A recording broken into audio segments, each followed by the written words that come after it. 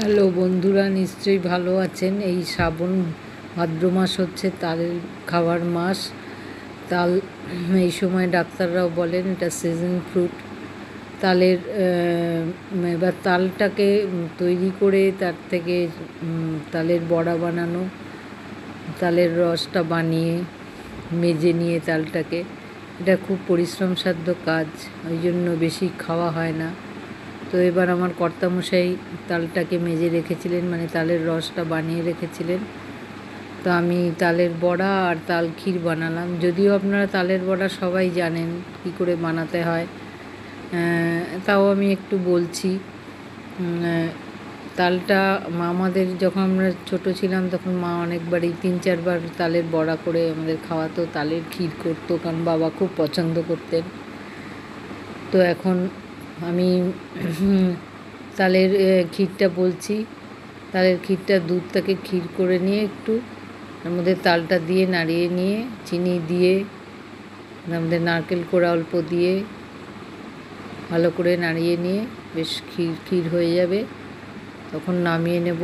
আর তার আগে কিশমিশ দেবো আর একটু ছোটো এলাচ দেবো।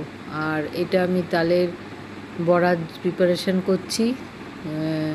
মোটামুটি 3 চামচ, যে চামচটা নিয়ে নাড়াবো সেই চামচের 3 চামচ তালের গোলা, 3 থেকে 3.5 চামচ। ওই রকম আটাও নিয়েছি প্রায় 4 চামচ। প্রথমে অল্প নিয়েছিলাম, তারপরে আবার দিলাম। আর একটা ডাবু হাতার দেখলেন ওইটার গুড় নিয়েছিলাম, মৌরি নিয়েছিলাম, আর নারকেল কোড়া একটা ছোটো বাটির 1 বাটি নারকেল কোড়া। তো আর একটুখানি ছোটো এলাচ আর বড় এলাচ গুঁড়ো করে দিয়েছিলাম ফ্লেভারের জন্য। অনেকে সুজি দেন, আপনারা সুজি দিতে পারেন। চালের গুঁড়ো দিয়েছিলাম আমি, প্রথম ব্যাচটায় দেওয়া হয়নি, তারপরে চালের গুঁড়ো মিশিয়েছিলাম। মোটামুটি 3.5 থেকে 4 হাতা হয়েছিল তালের গোলাটা। আর আমি মোটামুটি ওই রকমই 3.5 হাতা মতো আটা দিয়েছি। 3.5 হাতা একটু বেশি, 4 হাতা নিয়ে ভালো করে মাখিয়ে নিয়েছিলাম। দেখছেন মাখাচ্ছি।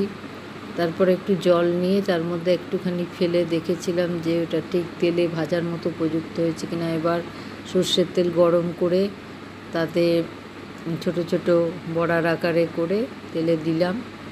তেলটা একটু বেশি গরম হয়ে গেছিলো, আপনারা অতটা গরম হতে দেবেন না, নাহলে বাইরেরটা পুড়ে যাবে, ভেতরটা কাঁচা থেকে যাবে।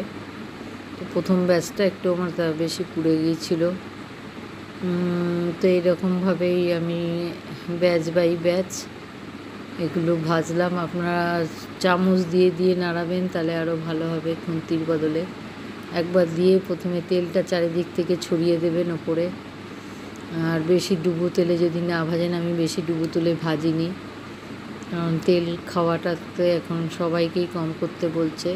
তারপর একটা টিস্যু পেপারের মধ্যে এগুলো তুলে নিয়েছিলাম যাতে অ্যাবজর্ব করে নেয় তেলটা, এক্সট্রা তেলটা অ্যাবজর্ব করে নেয়। এটা একটু বেশি তেলেরই কারণ এটা